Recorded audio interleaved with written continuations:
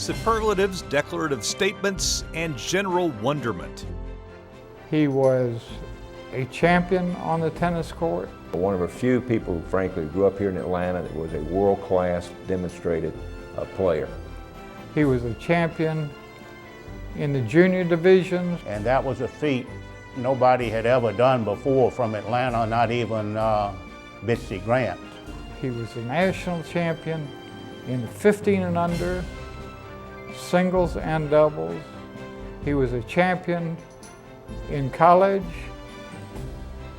and a champion when he got out of college and briefly played the international circuit. That's what you get when you ask about Edgar A. Neely III, better known to all as Ned. I would say he, Crawford Henry, also a native Atlantan, and John Skokstad were the big three for many years in tennis in the state of Georgia.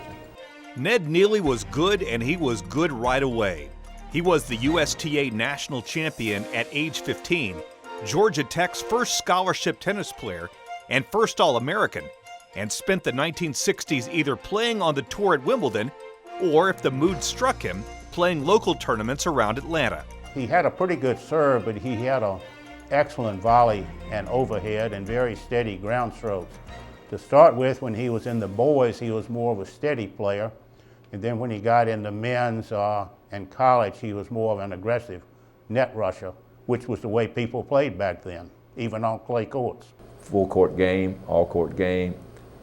He was a fierce competitor, and he had an alpha male personality on the court, and you better come ready to play or you're going to get beat. You might get beat anyway.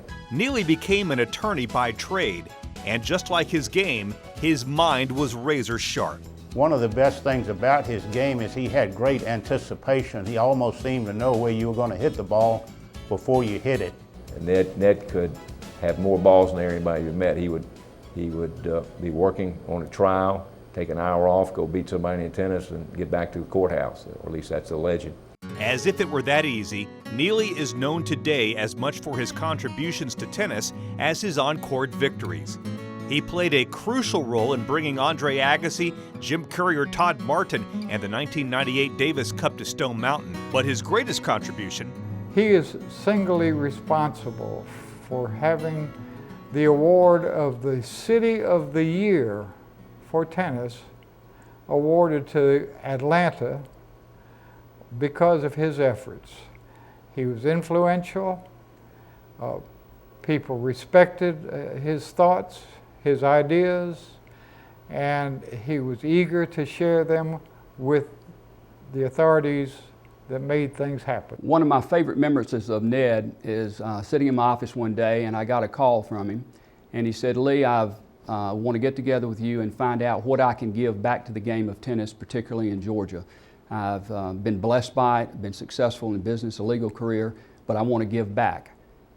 Very rarely do you get a great player, a great lawyer, a great person that picks up the phone and calls and asks how they can support and do things. He was instrumental in getting Atlanta to be City of the Year, an International Tennis Hall of Fame.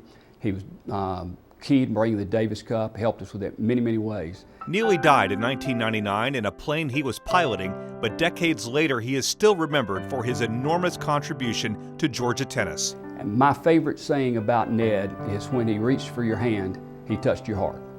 Ned Neely, a member of the Georgia Tennis Hall of Fame.